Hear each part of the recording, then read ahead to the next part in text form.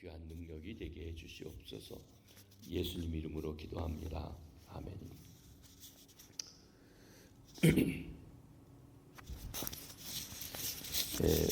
오늘 에베소서 6장 21절로 24절 말씀, 주 안에서 진실하라는 제목으로 말씀을 드립니다.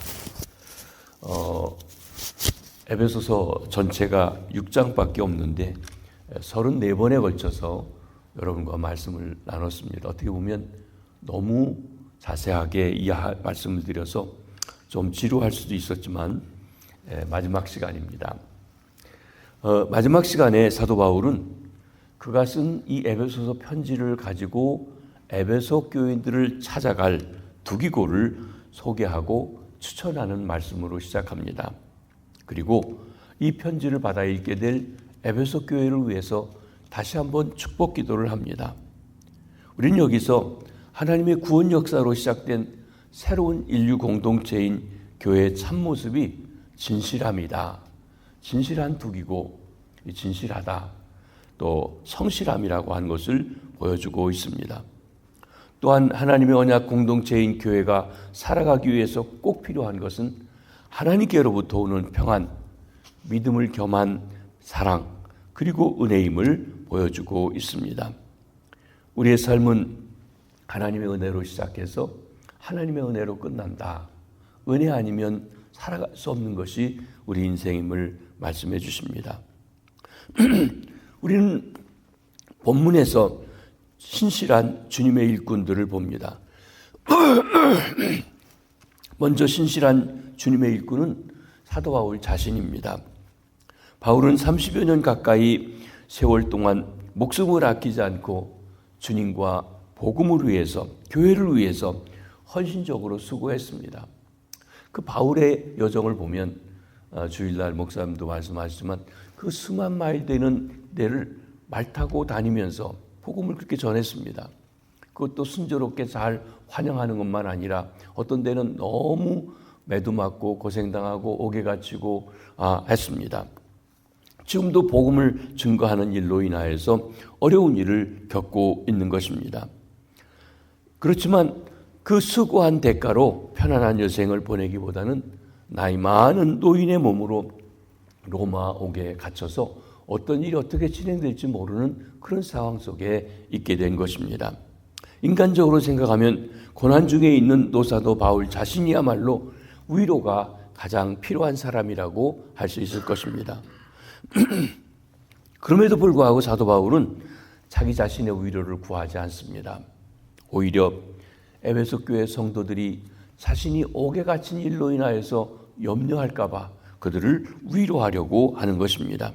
그래서 그들을 위해 기도하고 그들을 위해 편지를 쓰고 그 편지를 전달할 신실한 일꾼인 두기고를 그들에게 보냅니다. 자기 사정을 알게 하려고 말입니다.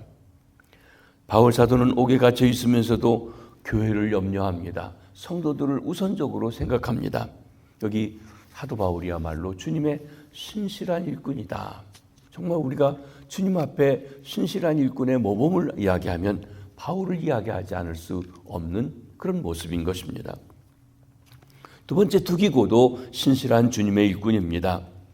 사도 바울은 에베소 교회에 이 두기고를 보냅니다. 두기고, 이름의 뜻은 행운이라고 하는 뜻을 가지고 있습니다. 두기고, 소아 지방의 대표자로서 바울과 함께 예루살렘에 성금을 전달하려고 했던 바로 사람이기도 합니다. 두기고는 바울에 의해서 에베소 교회, 골로새 교회, 그레데에 파견되어서 사역하고 심부름했던 사도 바울의 충실한 동역자입니다. 본문에서 사도 바울은 에베소 교인들에게 두기고를 어떻게 소개합니까? 사람들이 나를 소개할 때 뭐라고 소개할 수 있겠습니까? 먼저 두기고는 사랑받는 형제라고 소개합니다. 두기고는 바울은 물론 그를 아는 모든 사람들로부터 사랑받았습니다. 사랑은 아무나 받는 것이 아닙니다. 사랑받을 만한 신앙의 삶과 행위가 있어야 되는 것입니다. 여러분, 예루살렘 교회가 과부들의 구제하는 일로 어려웠을 때 사도들이 기도와 말씀 전하는 일에 전무하기로 하고 7 집사를 뽑아서 그 일을 맡길 때 거기에 성령이 충만하고 지혜가 충만하고 중요한 게 하나 있습니다. 사람들에게 칭찬받는 사람이라고 하는 것이 들어있습니다. 사랑받는 사람이란 말이죠. 잠언 3장 3절로 4절에 보면 사람과 하나님 앞에 칭찬받는 삶에 대해서 이렇게 말씀합니다. 인자와 진리가 내게서 떠나지 말게 하고 그것을 내 속에 매며 내 마음판에 새기라. 그리하면 내가 하나님과 사람 앞에 은총과 귀중히 여김을 받으리라. 인자와 진리, 하나님의 성품입니다. 우리가 하나님의 자녀로 하나님의 성품을 닮아갈 때 하나님과 사람 앞에서 은총과 귀중히 여김을 받습니다. 사랑받는 존재들이 될 수 있다고 말씀하는 것입니다. 두기고는 사람들에게 사랑받는 사람이었습니다. 나아가 두기고는 주 안에서 진실한 일꾼이라고 그랬습니다. 두기고는 주 안에서 복음 전파 사역을 잘 감당하며 사도 바울을 도와주는 주의 일을 하는 진실한 일꾼, 신실한 일꾼, 믿을 만한 일꾼입니다. 사람만 좋을 뿐만 아니라 일을 맡길 때는 틀림없이 바로 잘 수행합니다. 믿을 수 있는 일꾼입니다. 페이스풀한 사람입니다. 그래서 바울 사도가 두기고를 거듭 사역을 맡기고 심부름을 시키고 하는 것입니다. 에베소 교회 편지를 전하고 바울의 사정을 전하는 일도 맡기고 있는 것입니다. 바울은 이렇게 두기고를 소개하면서 두기고가 자기 자신과 매우 친밀한 관계에 있으며 복음의 사역에 있어서 신뢰할 수 있는 사람인 것을 에베소 교회에다 소개해주고 있습니다. 그러면 사도 바울은 에베소 교인들에게 두기고를 보낸 이유가 무엇이라고 말합니까? 22절에 우리 사정을 알리고 또 너의 마음을 위로하기 위하여 내가 특별히 그를 너희에게 보내었노라. 먼저 바울의 사정을 알리기 위해서라고 그랬어요. 우리 사정을 알리고 우리가 어떻게 지내는지, 내가 어떻게 지내는지 알리기 위해서라고 했습니다.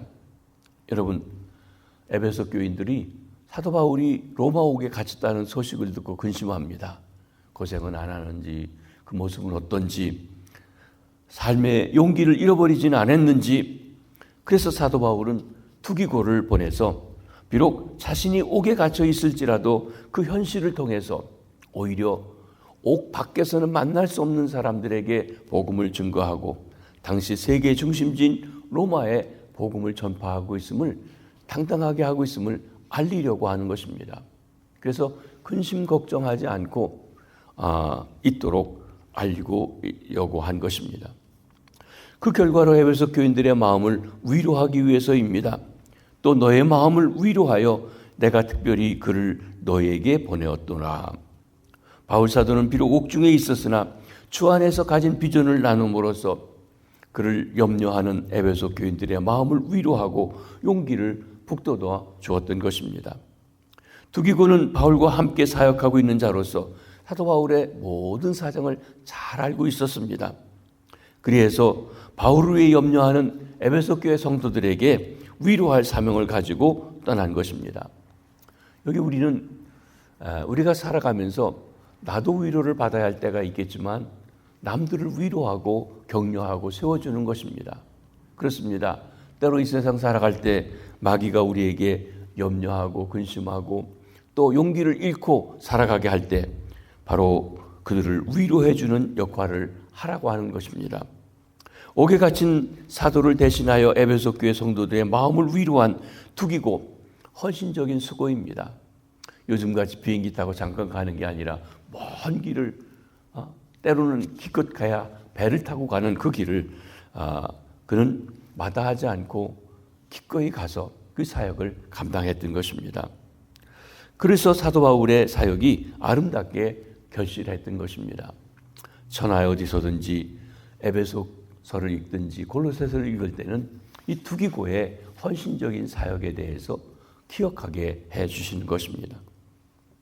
바울과 두기고의 헌신은 오늘 성도들에게 동일한 자세로 주님과 복음과 교회를 위해서 헌신할 것을 요청합니다. 복음과 교회에는 성도들의 눈물 어린 기도와 피 어린 헌신이, 피땀 어린 헌신이 필요합니다.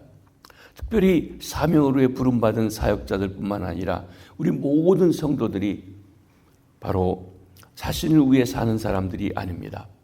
우리 대신 죽었다가 다시 부활하신 주님을 위해서 사는 사람들입니다. 복음과 교회를 위해 사는 사람들인 것입니다. 우리가 이 아침에 질문을 해봅니다. 우리는 진정 주님을 사랑하고 있는지요? 주님을 위해 살아가고 있는지요? 아니면 주를 위해 산다고 하면서도 사실은 내 욕심대로, 나 좋은 대로, 그리고 내 이익대로 살아가고 있지는 아니한지요? 진정 우리는 눈물 어린 기도와 피땀 어린 수고를 통해서 주님의 교회를 든든히 세우면서 복음 진리를 빛나게 하는 신실한 일꾼들이 되어야 할 것입니다. 그러할 때 마지막 날 내가 그들에게 밝히 말하노니 내가 너희를 도무지 알지 못하느라 불법을 행하는 자들아 나를 떠나라고 하는 주님의 책망을 듣지 않고 주께 칭찬받는 사람이 되기 위해서 우리 자신들을 돌아보며 내가 하나님 앞에 바로 서 있는지 봐야 할 것입니다. 마지막으로 23절과 24절에서 바울 사도는 신실한 공동체를 위해서 기도함으로 마치게 됩니다. 두기교에 보낸 에베소서 거기에 성도들에게 사정을 알려주고 위로의 말을 전한 바울은 그 편지를 받게 될 에베소 교인들에게 세 가지 축복의 말씀을 하십니다. 23절, 24절의 말씀인데 먼저는 평화가 성도들에게 깃들기를 기도하고 있습니다.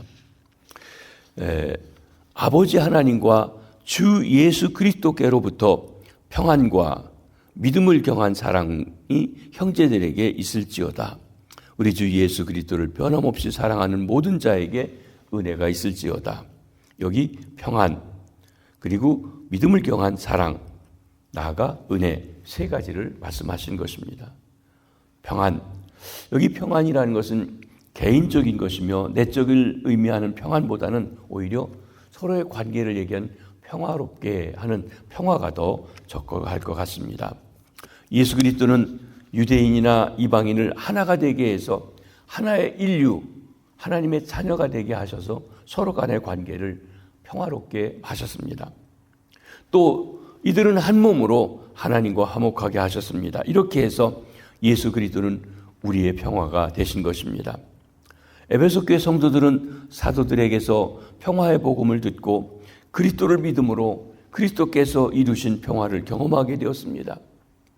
예수 안에서 그들은 하나님과 더불어 화평을 누리고 성도들과도 그전엔 적대관계에 있던 이들이 하나가 되어서 평화를 누리게 된 것입니다.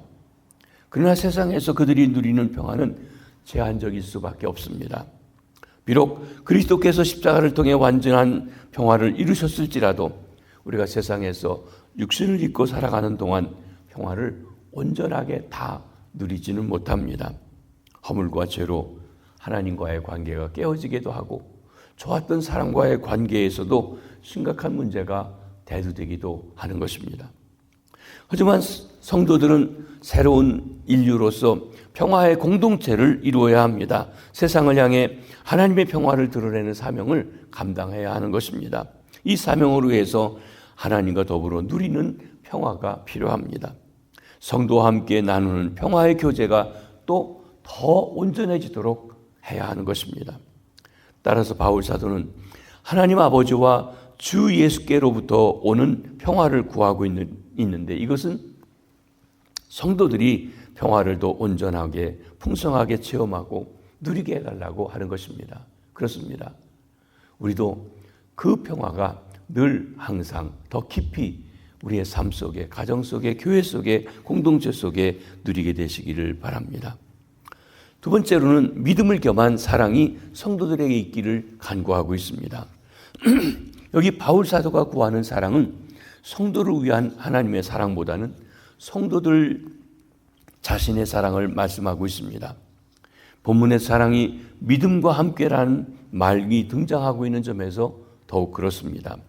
믿음이 자신의 것이 아니라 성도들의 것입니다. 성도 믿음과 함께 언급된 사람도 성도들의 것입니다. 믿음이 왜 성도들의 것입니까? 여러분, 여기 목사가 서 있는데 목사를 믿어주는 건 성도들이에요.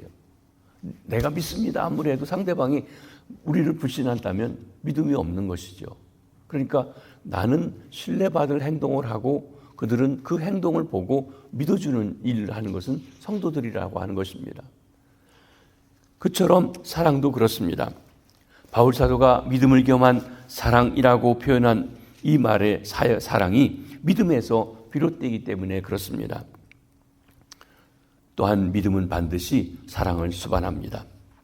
하나님께서 그리스도 안에서 사랑을 베푸셨음을 믿고 그것을 받아들이는 것에서부터 우리 사랑이 시작합니다. 믿음을 가진 사람들은 곧 하나님의 사랑을 깨달은 사람입니다. 그들은 하나님의 사랑에 대한 응답으로서 하나님을 사랑하며 성도들을 사랑합니다. 그래서 믿음이 깊어질수록 사랑도 깊어지는 것입니다. 그러기에 바울 사도의 간구는 하나님 아버지와 주 예수 그리스도를 통해 에베소 교회 성도들이 믿음이 깊어지고 믿음이 깊어짐에 따라 그들의 사랑이 함께 깊어지고 온전해지기를 간구하고 있는 것입니다.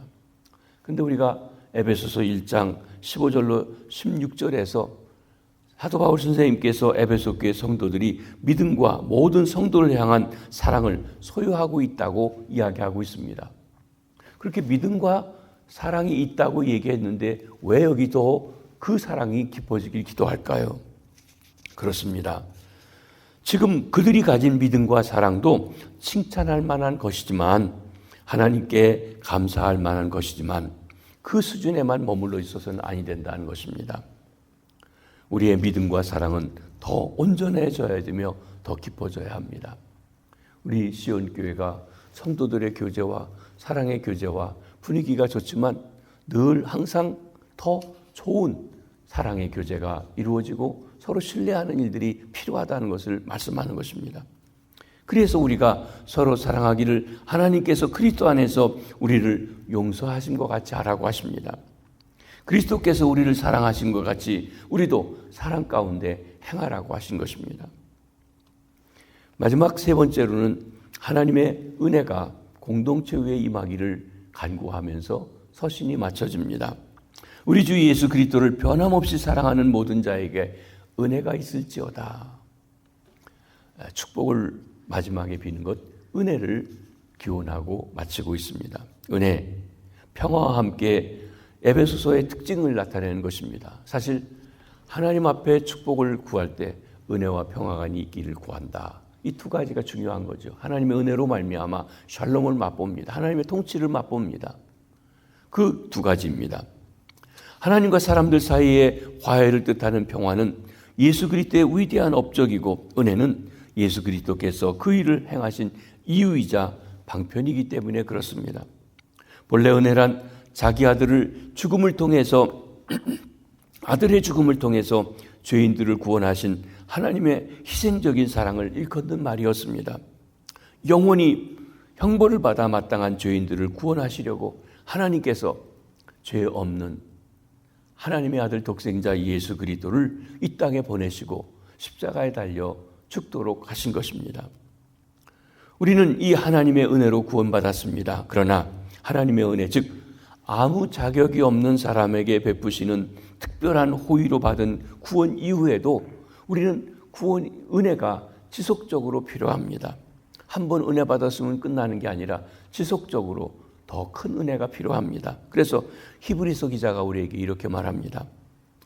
그러므로 우리는 긍휼을 하심을 받고 때를 따라 돕는 은혜 얻기 위하여 은혜의 보좌 앞에 담대히 나아갈 것이니라.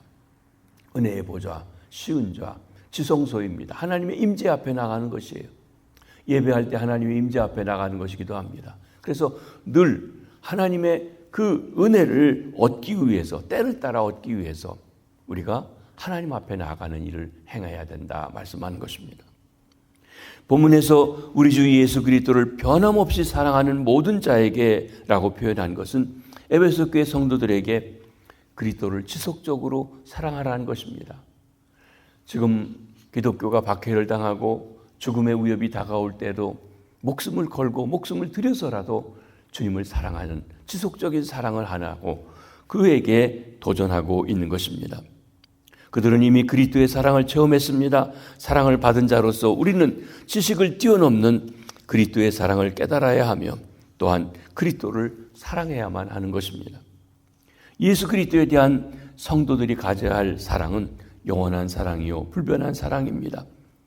하나님의 새로운 인류 구성원들인 교회 성도들에게 가장 기본적인 것, 예수님을 사랑하는 것입니다.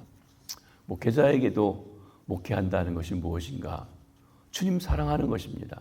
내가 나를 사랑하느냐? 내 양을 먹이라. 그렇습니다. 양을 먹이는 것은 그들에게 정성을 쏟는 것이지만 그 중심에는 주님 사랑하기 때문에 주님을 사랑하는 그 일이라고 하는 것을 말씀하는 것입니다. 우리 모두가 그 주님을 사랑함으로 주의 사랑이 퍼져나갈 수 있도록 증거하는 것입니다. 교회는 주님을 사랑하는 공동체인 것입니다. 그러나 하나님의 은혜가 없이는 아무도 예수 그리스도를 변함없이 사랑할 수 없으며 형제자매를 온전히 사랑할 수가 없습니다. 구원받은 성도들도 지상에서 연약한 육신을 입고 사는 동안에 자주 넘어지고 실패합니다.